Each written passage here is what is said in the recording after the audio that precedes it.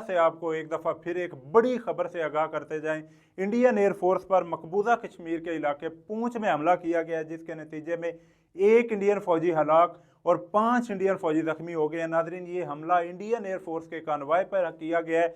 20 से 25 के करीब दहशतगर्दों ने एयरफोर्स के कानवाय को निशाना बनाया, जिसके नतीजे में एक फौजी हलाक और 5 जख्मी हुए हैं। अब इस हमले के बैकग्राउंड की बात करें तो नाजरीन, इंडिया में इस वक्त इलेक्शन चल रहे हैं और इस वक्त इंडिया में इलेक्शन के दौरान जिसमें मोदी और उनकी जमात अपनी नाकस पॉलिसियों की वजह से एक दफा फिर बुरी तरह से इलेक्शन हार रहे हैं। नाजरीन, इससे कबल 2019 में भी जब मोदी इलेक्शन हार रहे थे तो पुलवामा अटैक करवाया गया था और उसका इल्जाम एक दफा इन्वेस्टिगेशन के बगैर पाकिस्तान पर लगाया गया था। नाजरीन, अब भी इलेक्शन का वक्त है और एक दफा फिर पुलवामा को रिपीट किया गया, लेकिन फ़र्क इतना है कि इस वक्त इस दफ़ा पूंछ पे हमला करवाया गया और पुलवामा में 40 फौजी हलाक हुए थे। नाज़रीन, एक दफ़ा फिर फौज को ही क्यों निशाना बनाया जाता है? इस दफ़ा भी इन फौज को निशाना बनाया है। फ़र्क सिर्फ इतना है कि पिछली दफ़ा 40 फौजी हलाक हुए थे और इस दफ़ा एक फौजी हलाक हुआ और 5 फौजी जख्मी हुए हैं। नाज़रीन, जब भी इलेक्शन का वक्त आता है और मोदी को अपनी हार नज़र आती है तो और कोई रास्ता नहीं होता, वो पाकिस्तान पे इल्ज़ाम लगाता है और पाकिस्तान के पे इस दफ़ा फिर पाकिस्तान पे इल्ज़ाम लगाया गया। नाजरीन, इस हमले का इल्ज़ाम इंडिया ने पाकिस्तान पर लगाया। जब भी इलेक्शन का वक्त हुआ है, मोदी के पास अपनी पॉलिसीज दिखाने के लिए होता नहीं, अपनी नाकिस पॉलिसियों को छुपाने के लिए वो पाकिस्तान पे इल्ज़ाम लगाता है। नाजरीन, जैसा 2019 में पाकिस्तान पे इल्ज़ाम लगाकर एक जंग छिड़ी गई, लेकिन पाकिस्तान ने उसका मुंह तोड़ जवाब दिया और अभिनंदन को गिरफ्तार किया।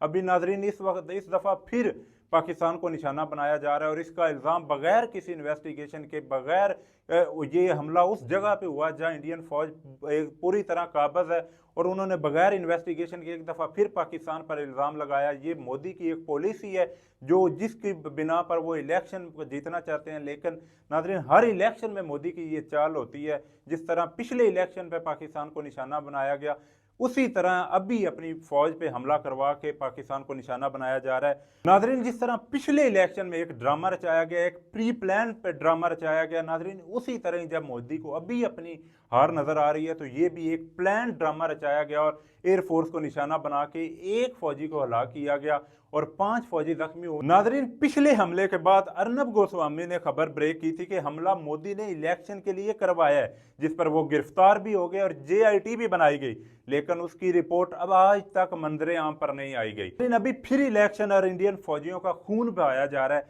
क्या ये मोदी और उसकी पार्टी की चाल है? मैं पूछना चाहता हूँ, आखिर कब तक इंडियन फौजियों का लहू बहाया जाएगा और इंडियन फौजियों के खून पे सौदा करके वोट मांगे जाएंगे?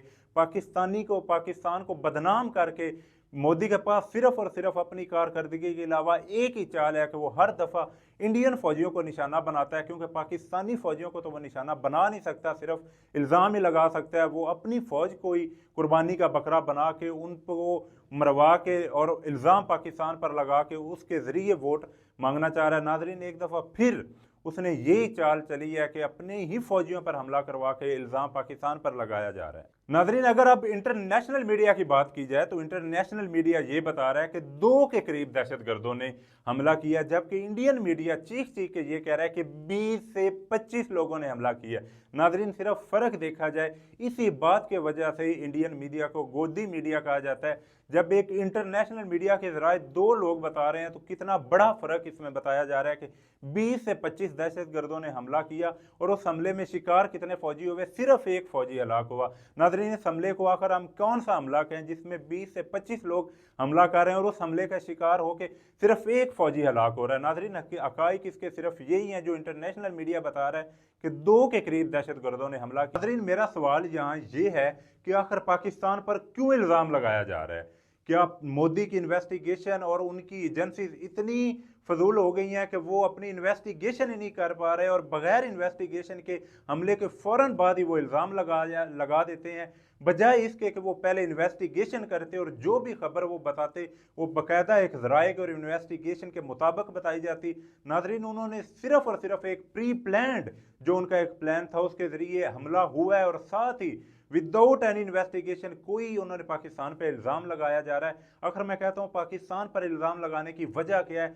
हमारा मुतालबा ये है कि इसकी एक प्रॉपर इन्वेस्टिगेशन होनी चाहिए, उसके बाद जो भी इसका जो साबित हो जाए उसे कटहरे में लाना चाहिए, फिर उसे शो करना चाहिए, इंटरनेशनल मीडिया पे भी उसे शो करना चाहिए, इंडियन मीडिया भी उसे शो करे। लेकिन विदाउट इन्वेस्टिगेशन जो उन्होंने पाकिस्तान पे हमेशा की तरह एक दफ़ा फिर जब भी इलेक्शन आता है एक ही पॉलिसी आजमाई जाती है, पाकिस्तान पे इल्ज़ाम इल्ज़ाम इल्ज़ाम। क्या इसके अलावा मोदी को अपनी कारकर्दगी दिखाने के लिए कोई चीज़ उनके पास नहीं है? सिर्फ एक ही चीज़ है कि पाकिस्तान पे इल्ज़ाम लगा के अपने बैलेट पेपरों पे इंडियन फौजियों के खून से निशाने लगवाए जाए। नाज़रीन, ये इंडियन फौजियों के साथ एक बिल्कुल सरासर ज्यादती है। मैं अपने इंडियन व्यूअर से कहना चाहता हूँ कि वो अपने वज़ीर आज़म से पूछें आखिर क्यों और कब तक वो अपने इंडियन फौजियों का खून बहाते रहेंगे। इंडियन अवाम से मेरा ये है कि इन्वेस्टिगेशन करवाएं, प्रॉपर इन्वेस्टिगेशन। अगर पाकिस्तान इसमें इन्वॉल्व है तो पाकिस्तान पे इल्ज़ाम लगाएं, और पाकिस्तान पे इल्ज़ाम लगाने से पहले अपना इंडियन वज़ीर आज़म हाउस देखें। आपका मुजरम इंडियन वज़ीर आज़म हाउस में बैठा है।